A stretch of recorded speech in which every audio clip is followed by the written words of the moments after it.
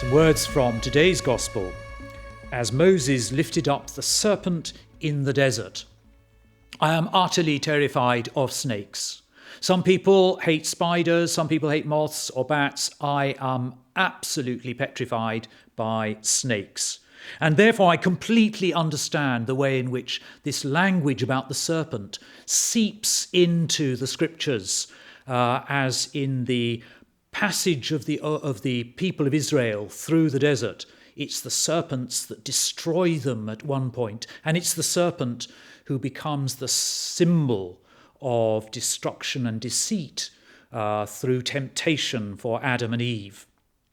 But I want to move that image on a little bit and to speak about exposure. Exposure not simply to fear, but exposure also to glory. When I was a curate, I remember saying to my trainee incumbent how much I loved being a deacon in my first year. I loved the business of the servant ministry. It felt very purposeful and worthwhile. I loved the business of being with people in practical ways. I loved the business of working with young people. I loved the business of proclaiming the gospel. All of those things seemed to me to be very good functional things. But he very simply stopped me in my tracks and said, but that is not what you're called for. Priesthood is about something different. Priesthood is about exposure.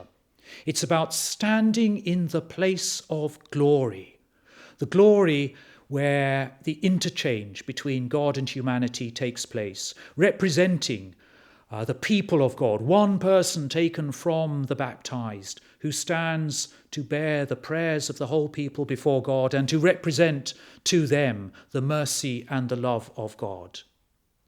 And that business of standing in that place of glory is precisely what each and every one of you is called to do and to be. A person who carries the cross by virtue of your baptism, and in doing so is called to be the person in whom the glory of God is revealed. What does that mean in practical terms?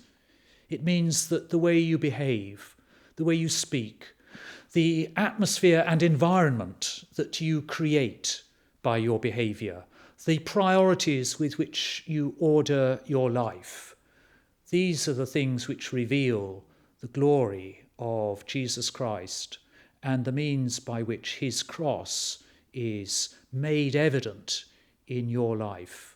The cross which is the sign of hope, the sign of joy, the sign of healing for us.